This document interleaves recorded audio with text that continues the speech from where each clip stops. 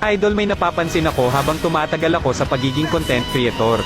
Unti-unti kong na-realize na hindi dapat tayo mamilit na i-follow nila tayo or susuportahan tayo.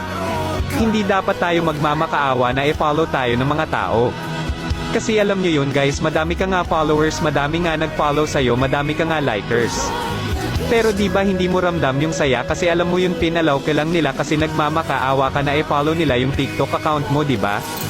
So ayun guys, habang tumatagal mas na-realize ko na kung dapat mas pahalagahan natin yung mga taong finalo tayo kasi masaya sila. Or napasaya natin sila sa videos natin kaya nag-follow sila. Tapos idol, pahalagahan natin kung ilan followers natin, mataas man or maliit.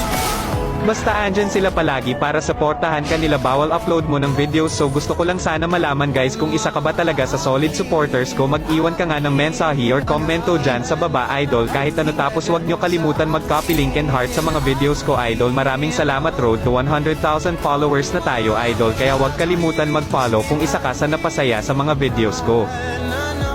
Pwede bang sa akin